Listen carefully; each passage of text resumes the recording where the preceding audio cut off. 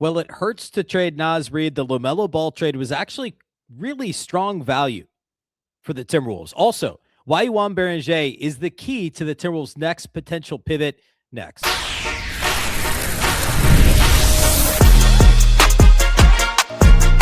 are Locked On Timberwolves, your daily Minnesota Timberwolves podcast, part of the Locked On Podcast Network, your team every day.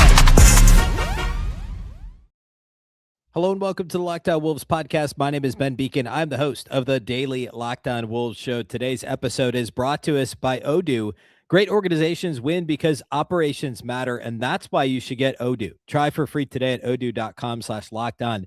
That's Odoo, odoo.com/lockedon. This is a very special weekend bonus edition of Locked On Wolves. There's just so much to cover right now. I can't do it all in a 30-minute show Monday through Friday.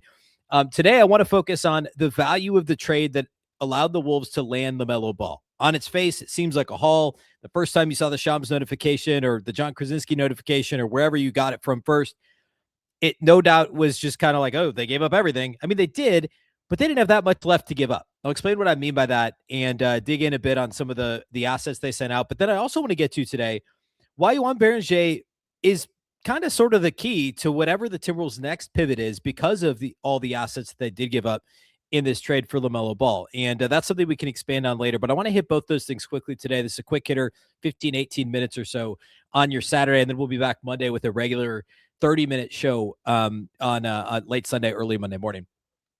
All right. So let's dig in on what the Timberwolves traded for LaMelo Ball and why it's actually not bad value. Obviously, giving up Naz Reid hurts. I don't think there's any question, as great as Naz Reid is, and we did a Naz Reid whole tribute segment on the squad show on Thursday. I talked about it a little bit on my show Thursday. Also talked about it with the crossover episode of the Locked On Hornets guys yesterday, if you missed it on Friday. So all sorts of Naz Reid love out there. I love Naz. He's awesome. He's great. Gonna miss him. But in a vacuum, there's no question LaMelo Ball is a better player. The issue, of course, is availability. Naz Reid's been available over the course of his career, and LaMelo Ball has not. But there's a reason why Naz had to be sent out with other assets to get LaMelo Ball. And if you want to use the various, top players in the league lists and all that stuff, Naz barely cracked the top 100 in ESPN's list. He was 77 in the Ringer list, and he was 81 on the Locked On NBA list. I'm going to use that here just for kind of some additional context. There's no question. It hurts to lose Naz Reid. He's the biggest asset the Timberwolves gave up here. They also gave up the unprotected pick in 2033. Not great. Hurts to give up a frozen, or I looked at the word frozen on my screen. Hurts to give up an unprotected pick. The pick before that is frozen, is why I saw that. I'm looking at a list of all the Timberwolves picks for the next several years. The other picks the Wolves gave up, the only other real picks are the second-round picks that they gave up, which were the only second-rounders that they had left to trade, actually. So it's 2029, 2030, and I believe 2032. Are the 3 second-round picks they gave up. They don't have any picks at all now in 2027. That's one of the pick swaps. 2028 is now a pick swap. And then 2029 is also I'm sorry, 28, 29, and 30. So 2028 hadn't been traded previously. So that's an actual swap, which again is not the same as a pick. And the only way that really hurts is if something happens and the Wolves are terrible in 26 or 27, 28. So not this year, but the following year, God forbid, serious injury to LaMelo or Ant, or the whole thing goes awry and they have to trade one of them. But that's not 3-4 years from now. That's 2 years from now. So that's unlikely. It's pretty likely the Timberwolves will be better than the Hornets in 2 years. So that could just end up being nothing. The Wolves would just keep their pick in that scenario. And worst case scenario, they get the worst of the 2 picks. So they didn't trade the 28 pick. The 29 pick is a pick swap, but it's a pick that the Timberwolves had already traded and previously was top 5 protected, and I believe it still is top 5 protected. So as long as it's not in the top 5, the Wolves will end up losing that pick, or I should say, I guess, swapping that pick. And that's that. 2030 is the one that probably hurts the most because that one had not previously been straight up traded. It was a swap and it was top 1 protected. The top 1 protection falls off. And so the Timberwolves will not have their pick in 2030. There's conflicted reports out here, but near as I can tell, and there was a John Hollinger article on Friday that talked about this a little bit more, that reported that the top one protection had fallen off. So they really only traded one real pick and a couple of swaps, which probably won't convey. And the whole point of the deal is you're expecting to be really good for the next few years. Ant and LaMelo are under contract for the next 3 seasons, and they're both going to be extension eligible after next year. And if one or both of them makes All NBA, first of all, the team was really good. Second of all, they're extension eligible, and Ant could get the Supermax again. And obviously that's something you got to deal with it when you get there about like who's getting paid how much, who's getting the Supermax, the whole thing. But Ant obviously is still the franchise player. So like worst case scenario, that's 3 years from now. And if the team wasn't good and the pick wasn't going to be good, or the pick was going to be a good pick anyway, like that's the whole reason you're making this trade is to be good. So if you're not good, I mean, everything's gone wrong and everyone's been fired anyway, right? So like at that point, who cares?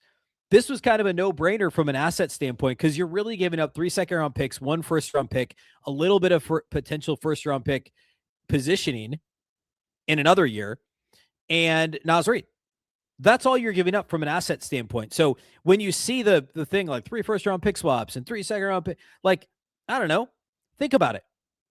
LaMelo Ball got 5 votes for All-NBA third team last year. He got multiple All-NBA votes and was easily, over the final 4 months of the season, a top 15 player in the NBA. No question about it. That value is incredible. And injury concerns exist. I get it. Talked about this a lot the last couple of days. He only played 70-plus games twice. Both times the Hornets were a top 10 offense. The other years, he's not played enough, just straight up. The injury concerns are real, and we talked about this with the Locked On Hornets guys with Walker and Doug yesterday on Friday's show. If you missed it, I asked them point blank, like, what's the deal with the injuries? How much of this was tanking versus soft tanking versus legitimately hurt? They said it was legitimate injuries. There were as at least one season where he got shut down the final, 25, 30 games because the ankle was hurt and the team was bad. And they said, let's just not push it. Right. So like that would have been a season he would have played 70-plus games right there. So then we're only talking about 2 of the last 5 seasons when he didn't. And there was a fractured ankle in there. There was a wrist in there. So there was some real stuff. There was also, he told us, I think Walker told a story about, was wearing ankle braces, then he wasn't, then he got hurt again, he went back to wearing ankle braces. So there's some of that stuff, which perhaps goes to some of the frustrations for the Hornets and front office and perhaps medical staff of him maybe not doing what he needed to do to stay on the floor. You got to assume the Timberwolves front office, Tim Conley and the Timberwolves medical staff did their due diligence and tried to find out, like, what's the deal here? Is this something we can get past? But here's like, that's the only real question for me in this deal is the injury. There's no question this Timberwolves team, given relative health, will be a top 10 offense. I mean, they already were, but it was tenuous, right? They were between like 8 and 14 all season in terms of league ranks offensively. I have no doubt that if healthy, relatively healthy, LaMelo and Ant together will equal a top 10 offense.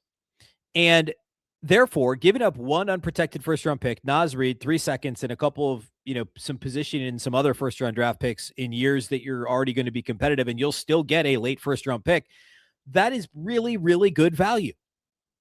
I mentioned the All-NBA thing, using just another tool to kind of give context for how highly thought of LaMelo Ball is, even though he's polarizing. I talked about this with the Locked On Hornets guys, too. LaMelo and Rudy are probably 2 of the top, 5 most polarizing NBA figures for casuals and not fans, not of their team. You have to look too far on social media to find people with very strong opinions in either direction for those guys. I don't know that Rudy actually has like that many stands. LaMelo has stands. He's also got people that think he's the worst player ever. That's just how this thing works. But just to give some more context, not the end all be all, but the Locked On NBA Top 100 that we voted on last August had LaMelo Ball at 48. This was before the season. So this was coming off of a season in which LaMelo Ball did not play very much. Coming off of 3 seasons in which LaMelo Ball did not play very much. He played 47 games in the 24-25 season, so barely more than half the season, and yet he was ranked 48th in the Locked On NBA Top 100. If you want to know about the other Top 100s, ESPN had him 63rd, and the Ringer had him 49th. So 48th, 49th, 63rd. For context, Julius Randle was ranked 43rd on our list, on the Locked On list, so 5 spots higher than Ball. He was ranked actually quite a bit higher on the ESPN list, 21 spots higher at 42, which is crazy.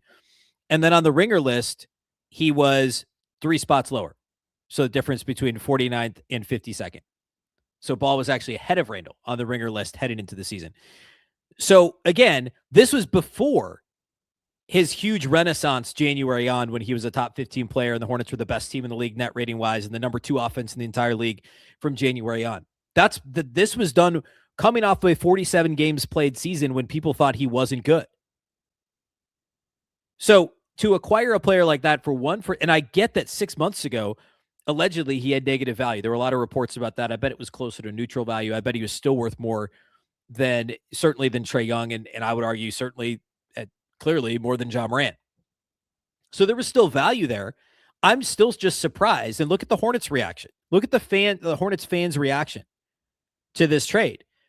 It's flipped from Wolves fans. It's like 3/4 upset. Like they can't believe that this is, and I said this on the Hornets on the crossover. The Timberwolves acquired a guy who's a consensus, at this point, top 40, top 35 player in LaMelo Ball, a guy who got multiple All-NBA votes without giving up any of their best 3 players. If I told you that a team did that, you'd say that's great value. It is, hands down. You're worried about injuries. That's all you're really worried about. The fit, it's going to work. I want to talk about Beringer very quickly here as we close out this very special bonus episode of Locked On Wolves. We'll do that here next.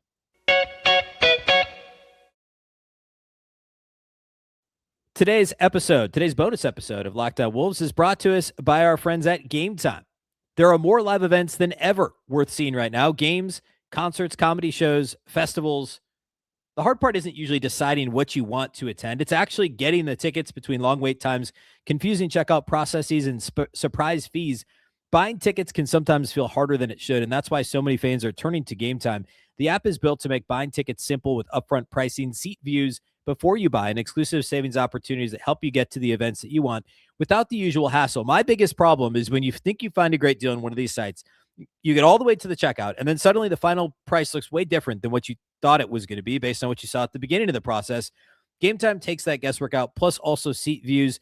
You can see the views from your seat before you purchase. That's huge as well. Take the guesswork out of buying tickets to every type of event with Gametime. Download the Gametime app, create an account, and use code LOCKEDON for $20 off your first purchase.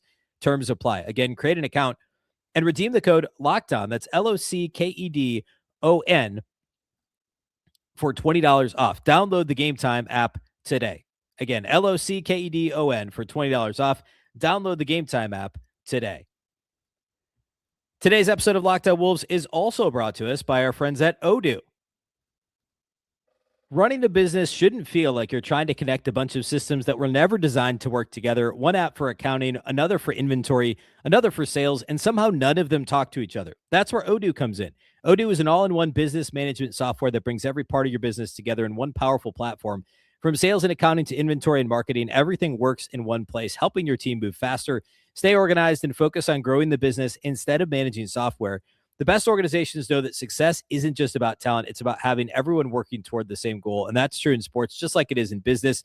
The Timberwolves have a really good organizational structure right now. Mark Lowry, Alex Rodriguez, the relatively new majority owners, did a great job hiring Tim Conley early on. Tim Conley keeps pivoting and turning over his roster in a really smart way. Also keeping on Chris Finch when he came on. Chris Finch wasn't his hire, but he chose to keep him. And that has worked really, really well. Everybody in the Timberwolves organization seems to be pulling together on the same side of the rope. It's not just one great player. Ant is awesome. It's not just Chris Finch. It's everybody in tandem, Finch and Ant and Conley and the whole thing. It's a coordinated effort across the entire organization that has made the Wolves successful over the last few years. Great organizations win because operations matter, and that's why you should get Odoo. Try for free today at odoo.com/lockdown. That's Odoo, ODOO.com/lockdown.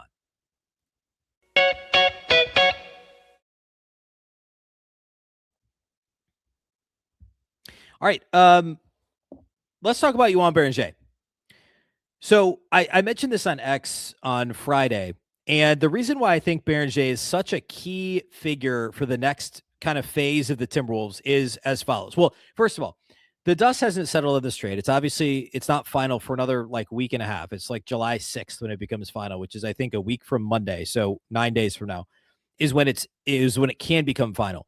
It's likely going to be expanded. It's very possible Josh Green is rerouted somewhere else. We haven't even talked about Josh Green on the show because I'm not sure he stays in Minnesota. I think ideally he doesn't. I'll cover that a little bit early next week because I doubt, who knows? I was wrong the other day when I didn't think anything was going to happen. I doubt that happens in the next 2 days. We'll talk about it early next week. But so let's say that the dust settles here and Josh Green's not on the Wolves and there isn't like another superstar player that comes in, but they find another 4, whether it's I don't know. I don't want to speculate on names right now, but some other player that's going to play in the front court. And that's kind of the end of this move. The only other possible pivot that the Wolves could make, because they're completely out of draft capital that's tradable draft capital, short of trading one of the core guys, which at this point is LaMelo Ball, Anthony Edwards, and Jaden McDaniels, the only other pivot would be trading Rudy Gobert. And I've seen some people, I would say, incorrectly surmise that the Timberwolves should or even could, I think it's wrong to say they could, trade Rudy Gobert still yet this offseason to further balance the roster. Well, here's the thing. First of all, you're not balancing the roster because he's the only big left that's not named Beringer or two-way guy Rocco Zikarsky or rookie late second-round draft pick out of Purdue, right? Like, that's it. You can't do that. It doesn't further balance the roster. Even if it's a 2-for-1, like, you're still creating a hole. And then also there's the piece of you can't really functionally have a defense with no Rudy and with LaMelo Ball. Like, Rudy and McDaniels together will paper over many of the concerns related to LaMelo Ball, in my opinion. So Gobert's not going to go anywhere else. I'm pretty confident in that for the rest of this offseason and through the season, unless things go horribly wrong. Gobert is a player option for the 27-28 season. Sitting here right now, the most likely situation is that the same thing that happened a couple of years ago happens again, or actually it was last offseason, where he opts out and then re-signs, signs an extension or signs a new deal. That would be a lower average annual value, which is what he did last time too, which would then give the Timberwolves some more wiggle room, more flexibility next summer. So let's say that happens, or he opts in. Either way, unless this team wins the title next year, possible, but unless this team wins the title, then next summer or the following deadline, if he opts in especially, or if he signs an extension the following summer, so basically replicating what happened over the last year with both Naz and Julius Randle, who each signed extensions. They were both last summer. Rudy was 2 summers ago. This would be the same situation as what happened with each of these guys already, with Naz, with Randle, with Rudy, where they opt out, they sign a new deal, lower average annual value. They still are a decent trade piece, and it gives you cost certainty over the next couple of years with the lower average annual salary. Gobert would still have some trade value. Now, in this future world, he's either 35 or 36 years old, so the trade value is lower. But assuming there's not a massive drop-off in the next 2 years, and to this point, like, there hasn't been. He's been remarkably durable. The stamina is incredible. The minutes he plays in the playoffs, it's just phenomenal how durable and reliable and how much stamina Gobert has. He's the final pivot. If you're not trading McDaniels, you're not trading Ball, you're not trading Ante, you have no draft assets. It's, guys on rookie deals like TJ Shinnon may have some value on a rookie deal. Perhaps in a year, Isaiah Evans has some value on a rookie deal. Otherwise it's vet minimum guys. Like, you're looking at really only Rudy Gobert as your next pivot. And the Timberwolves would be reticent to trade Gobert unless they were sure that Joan Beringer is a starting caliber big in the NBA. They are not sure about that yet. I think that they're sure that he's got the potential to do it. And I think that they're sure that he's a rotation big right now, or they would not have traded both Naz and Randle. Now, there's still another shoe to drop. I get it. They're going to acquire another front court guy. They have to. They just simply have to. But Beringer is going to be in this rotation next year at the start of the year. I'm pretty confident about that. Even if it's only 10 minutes a game, he's your 9th guy. They try and keep Gobert a little bit fresher. They play McDaniels at the 4 a little, but they don't want to do it too much or whatever it is. Beringer is going to play rotation minutes, but they can't in good conscience put a guy who's not yet 21 and been playing basketball for 5 years in the starting lineup of a team that has championship aspirations. I just don't think they'll do that, nor should they. But if he has a great year and Gobert, either opts in or they reach this extension and he has value to I guess if they extend him, then he's not going to be traded until later in the year. But that's the next pivot.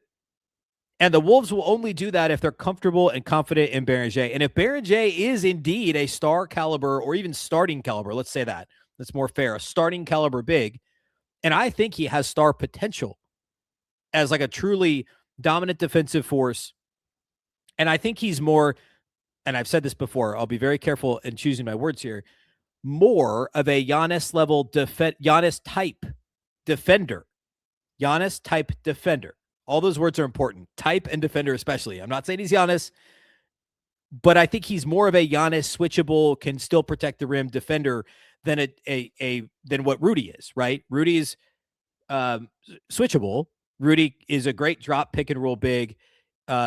He's a great rim protector. I don't think Beringer is in that mold. I think he's more of a bouncy, can guard multiple positions, can protect the rim, but he could do a little bit of everything. Somewhere between a McDaniels and Giannis type defender. I'm not saying he's going to win Defensive Player of the Year like Giannis has, multiple times. Like he's going to be a really, really good defensive player. I'm confident of that. But that's the style of defender he is. If they think that this is anywhere near the level of Gobert or on the way there, then they can trade Gobert as their next pivot. Now, what's Gobert going to be worth as a 35-year-old? I don't know. Probably not a ton.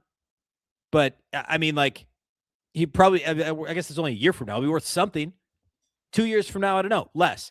But that is the only other pivot, short of trading McDaniels, Ball, or Ant, who will all be up for extensions following next year anyway. So, the Wolves are putting a lot of eggs in the Beringer basket, and they were obviously very hesitant to trade him, and I think rightfully so. I do think there's a lot of upside with Joan Beringer. That's notable to me. Keep an eye on Beringer's development. Keep an eye on what the Wolves are saying and what they do with Beringer and what he does in Summer League, what he looks like. We'll be all over that, of course, on the show. That's just a couple weeks from now. It's going to be a lot of fun to see what that looks like with Beringer. But that there's a lot of eggs in that basket because there's only so many moves left, because the Wolves don't have any draft assets to trade at this point. All right. That's all I got for you today in the bonus episode. I will be back on Monday. I want to dig in on the offense with LaMelo Ball. I'm going to talk a lot about the impact LaMelo had on Charlotte's offense. Some of the stuff that doesn't show up as obviously in the box score. Some of the perceived inefficiencies, and not even perceived. He's sometimes an inefficient offensive player, an inefficient shooter. But why that has helped bend and warp defenses to Charlotte's advantage in the past, and ultimately means that LaMelo is a plus offensive player beyond even what some of the advanced stats can show. I'll make the argument for that on Monday's show. And probably have a couple guests next week as well. We'll keep an eye on if any more developments happen with the trade. If it happens over the weekend, we'll do an emergency bonus pod for sure. So stay tuned just in case. Big thank you for making Locked On Wolves your first listen every day. Of course, this show is free and available everywhere. That includes YouTube, as well as all of your favorite audio platforms. Wherever you like to listen to podcasts, you can find Locked On Wolves. A reminder, you can sign up for the Everydayer Club at lockedonwolves.supercast.com. Get ad-free episodes of Locked On Wolves, plus access to the Discord channel as well. My name is Ben Beecken. I am the host of the Daily Locked On Wolves podcast. Of course, by the way, the Locked On Podcast Network is now the #1 sports podcast network. Very exciting. #1 sports podcast network. Of course, we're your local experts on all the biggest stories. Appreciate you sticking with all the LaMelo coverage. There's more to come next week. Once again, I'm Ben Beecken. This is the Locked On Wolves podcast, and we'll catch you next time.